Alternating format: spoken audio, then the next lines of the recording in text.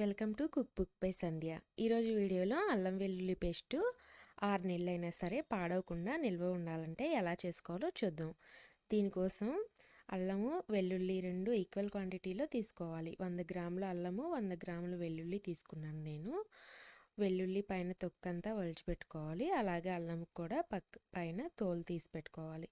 ఇలా తీసి పెట్టుకొని వీటిని శుభ్రంగా వాష్ చేసుకొని తడేమీ లేకుండా ఇలా ఫ్యాన్ కింద ఆరబెట్టుకోవాలి. ఇప్పుడు వీటిని మిక్సీ జార్లో రెండింటిని యాడ్ చేసుకోవాలి. ఛానల్ ఎవరైనా ఫస్ట్ టైం కనుక చూస్తున్నట్లయితే ఛానల్ని సబ్స్క్రైబ్ చేసుకోండి. అలాగే వీడియోని ఎండ్ వరకు చూసి వీడియోని లైక్ చేయండి. ఇలా అల్లం వెల్లుల్లిని మిక్సీ జార్లో యాడ్ చేసుకొని గ్రైండ్ చేసుకోవాలి. ఒకసారి గ్రైండ్ చేసుకున్న తర్వాత మూత తీసి ఇందులో 1/2 స్పూన్ వరకు పసుపు అలాగే 2 స్పూన్లు ఆయిల్ యాడ్ చేసుకోవాలి.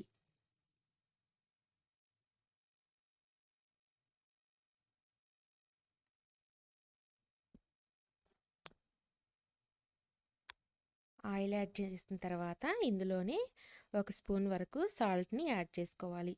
ఈ పసుపు ఆయిల్ సాల్ట్ యాడ్ చేయడం వల్లే అల్లం వెల్లుల్లి పేస్ట్ అనేది పాడవకుండా ఎక్కువ రోజులు నిల్వ ఉంటుంది.